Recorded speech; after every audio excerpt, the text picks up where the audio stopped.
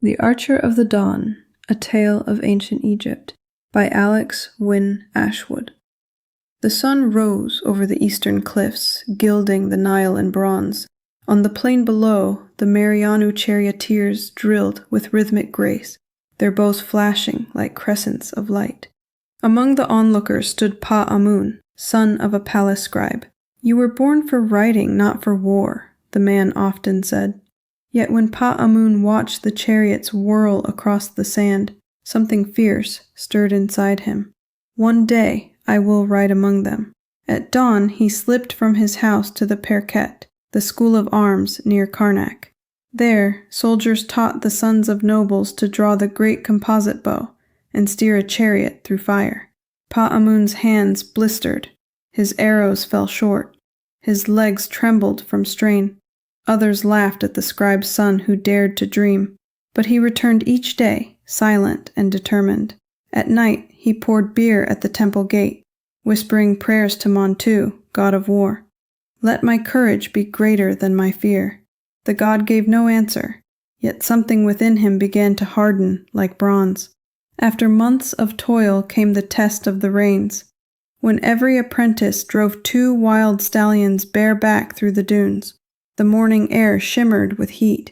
When Pa-Amun's turn came, the horses reared and bolted. The crowd shouted for him to yield. But as the sand stung his face, he heard a cry above, the shrill call of a falcon slicing through the wind. He gripped the manes, whispered the god's name, and the beasts steadied. Guided by instinct and faith, he drove them cleanly between the pylons. The trainer lowered his head and murmured, "He rides with Montu."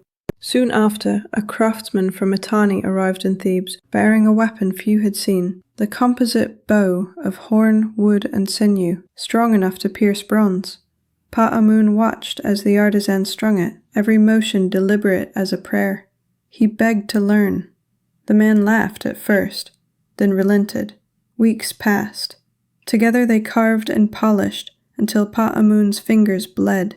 When at last the bow bent smoothly beneath his hand, the foreigner smiled. "Now it listens to you," he said.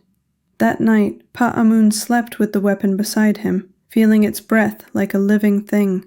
When spring returned, Thebes roared with drums and banners for the festival of Montu.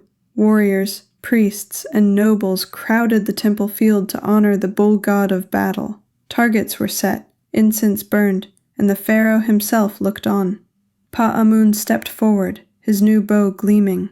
His first arrow missed, but the second struck the center, splitting the reed. The crowd erupted. The high priest raised his arms. "Montu has chosen his servant!" Pa-Amun bowed low, the dust warm beneath his palms. For the first time, he felt the eyes of the god truly upon him. A week later, he stood before the captain of the chariots, the banners snapping in the wind. The ceremony was solemn and slow. Oil was poured on his hands, a crimson plume bound in his hair, a scarab of gold placed at his heart.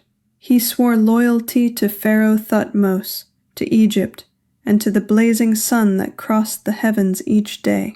When the captain spoke the words, "You are Maryannu now," Pa-Amun felt a surge of pride so sharp it stung his eyes. The boy of ink and parchment was gone. In his place stood a warrior of the dawn. The army gathered on the western plain, hundreds of chariots, thousands of soldiers, and the pharaoh's own standard glinting with lapis and gold.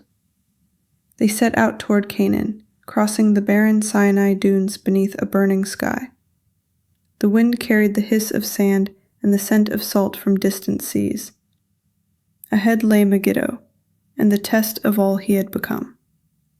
When the armies clashed, the plain shook beneath their wheels. Trumpets screamed, arrows whined like locusts.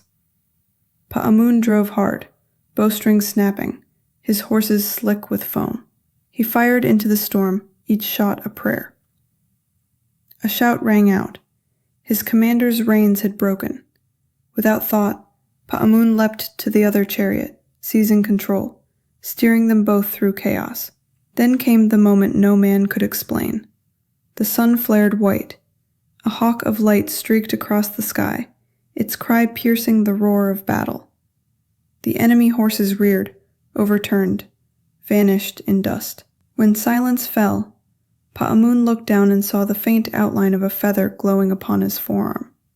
The soldiers around him whispered, "Montu has shown his face." Months later, the victors returned by river, their sails bright against the morning. Thebes thundered with drums as the chariots rolled ashore. Pa-Amun dismounted before the Temple of Montu, the bow of horn and sinew slung across his chest. He knelt at the statue's feet and laid the weapon down. "May every arrow I loose honor the light that rides with me."